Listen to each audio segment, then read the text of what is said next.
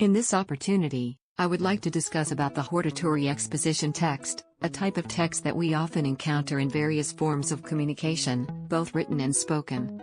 This text aims to convince or persuade the readers or listeners to do something or adopt a particular viewpoint. In this presentation, we will explore in more depth the characteristics, purposes, and real-life examples of how hortatory exposition texts are applied. Let's begin by understanding what hortatory exposition is and why this type of text is so important in our communication. Next, here are several points that we will discuss, which are the key elements that we must. Let's start with the definition and purpose of a hortatory exposition text. As mentioned earlier, a hortatory exposition is a type of text that aims to persuade or convince the audience to adopt a particular opinion or take specific action.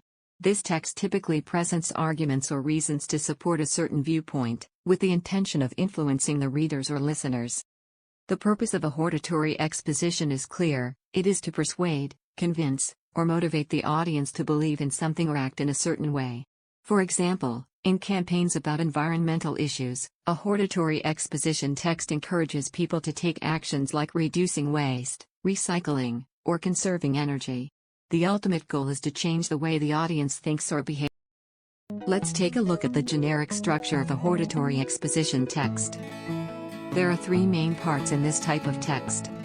Thesis statement: this is the introduction, where the author presents the issue or topic and gives their opinion or point of view. It's like setting the stage for the argument. Arguments: this is the body of the text, where the author provides reasons and evidence to support the thesis. The author may present facts, statistics, examples, or expert opinions to back up their claims. Recommendation/conclusion: finally, the text concludes with a recommendation or a call to action. The author emphasizes what the audience should think, believe, or do as a result of the argument NBSP presented. Next, we'll discuss the expression of stance in hortatory exposition text. This refers to how the writer expresses their opinion or stance on the topic. In this type of text, the writer's position on the issue is clearly stated, and they may use various expressions to show their point of view, such as expressions of stance. My point of view about is. From my point of view. Personally, I believe. I strongly believe that. I believe that. It is important to. We should consider. It is clear that. These expressions help to emphasize the writer's perspective and strengthen the argument, making it clear to the audience what the writer wants them to believe or do.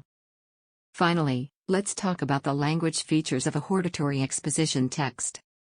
The language used in this text is crucial for persuading the audience.